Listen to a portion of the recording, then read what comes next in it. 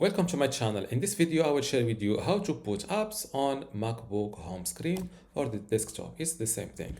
For example, here, if you see here, I have this Final Cut Pro app.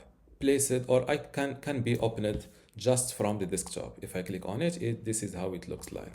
Now, how to add another app? It's simple. Just open the Finder and go to Applications. And here you will see a list of all of the available apps on your MacBook. Let's say that I want to add, or yes, to add this VLC app on the desktop. So click on it using the right button of your mouse and select Make Alias. Here you will see another alias or shortcut. So drag and drop it here in the desktop folder like this. Now if you go to the desktop, you will see the app added here. If you click on it, it will open up the software or the app.